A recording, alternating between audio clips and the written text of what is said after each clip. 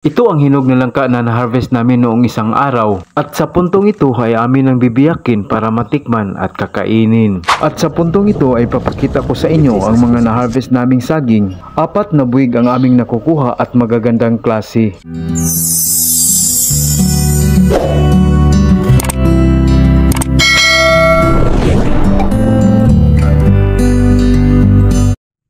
Maaga pa lang ay akin nang piniling ang isang buwig na saging na aming na-harvest kahapon. Ngayong araw na ito ay babalik kami sa farm para i-harvest uli ang natitirang isang buwig na saging na pwede nang ma-harvest. At meron pa kaming i-harvest na 2 buwig na saging na dito lang malapit sa bahay. Karon mga ka-frontier ay bibiyakin na natin ang ating nakuha na harvest na langka. Ito yung langka Ito. May biyak na. Ngayon bibiyakin na natin. Tingnan natin kung matamis o tabang. Subukan natin mga ka-frontier.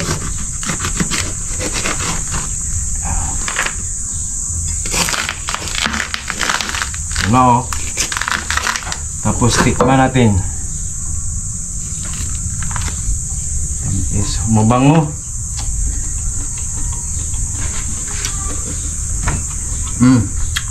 Tamis. Matamis mga ka-frontier. Tamis lagi siya. Tamis?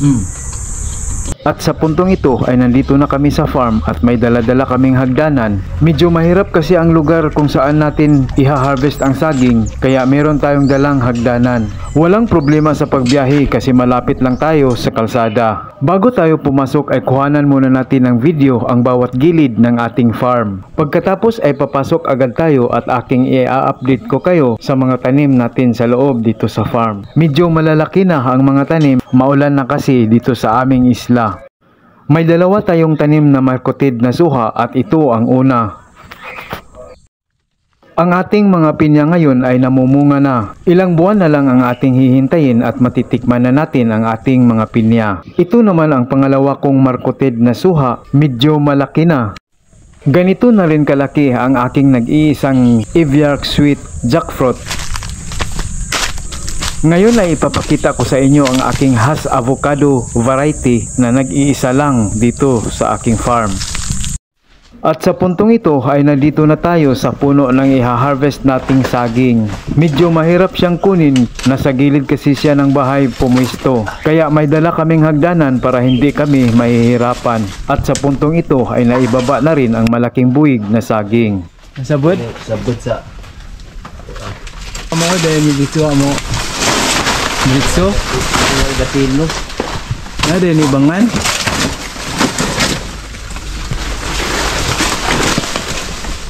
Naku, ay.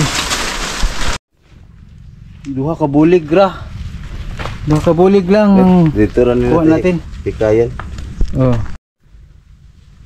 Update sa ating kamuting kahoy mga ka-frontier. Malalaki na. 6 months old na itong ating mga kamuting kahoy. At pwede nang after 2 months, 3 months, pwede nang ma-harvest.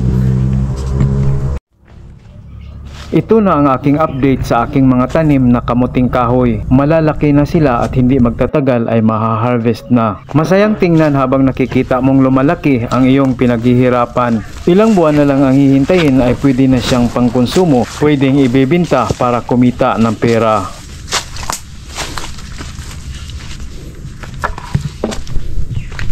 Medyo masukal na ang ating farm.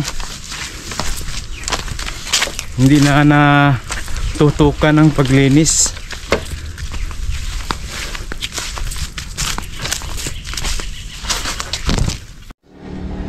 Dalawang buwig lang ang na-harvest na nadagdag kahapon. Ngayon ay dito na naman tayo mag-harvest sa malapit sa aming bahay. Ay, buwang na tayo. Uy, may go sa wire. Okay. Uy, dyan ulit. Ayos sa kay Kuano sa reha. Kuano ng wire.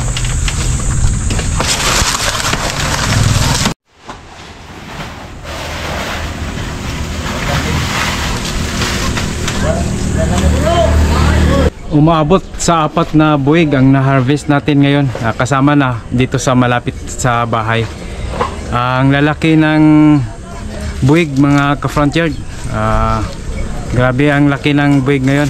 Quality kayo ang mga saging ngayon dito.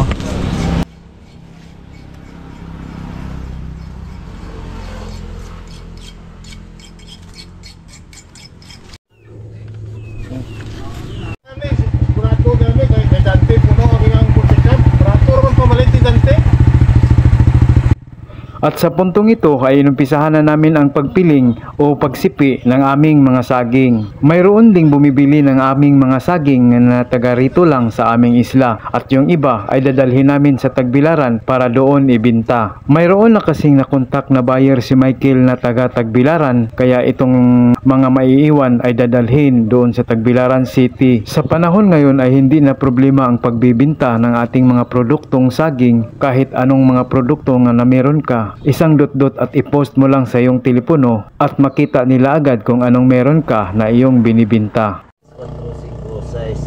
Ito ang maging mangyayari kapag gagamitin mo ang iyong sipag at tiyaga. Mayroon ka nang hihintayin at aanihin.